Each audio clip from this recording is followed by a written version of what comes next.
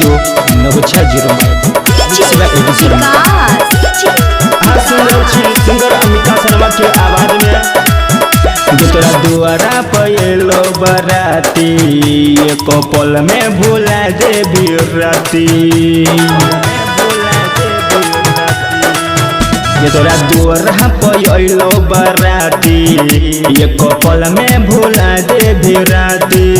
सच कहे छियो तोरा जेबी ससुर के ओरा सच कहे छियो तोरा जेबी ससुर के ओरा लेके जेबे दिल चोरी चोरी एक बात सुन हो रजहिया छोरी फिर कहिया हमारा देवी गोरी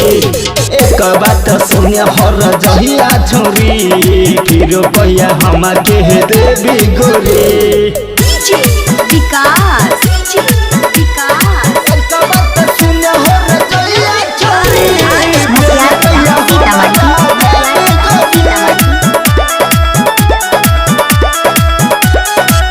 चल जैभी तू ससुरा जान गे कदे भी पिया के सब कुछ नम गे अडल करे जाके कौन हम सीबो तोरे के याद में कोरेक्स हम पीबो तोरे के याद में कोरेक्स हम पीबो चल जैभी तू ससुरा तू कौन गे कदे भी पिया के सब कुछ नम गे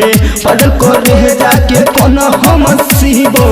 तोरे के याद में कोरेक्स हम पीबो कोना भरबोगे यहाँ जेबी ससुरा बा कोना भरबोगे यहाँ जेबी सोइया के बा पगड़ा दिल भूल भुलैया डोरी एक बात सुन हो रजहिया छोरी फिर कहिया हमारा देवी गोरी एक बात सुन हो रजहिया छोरी फिर कहिया हम के देवी गोरी।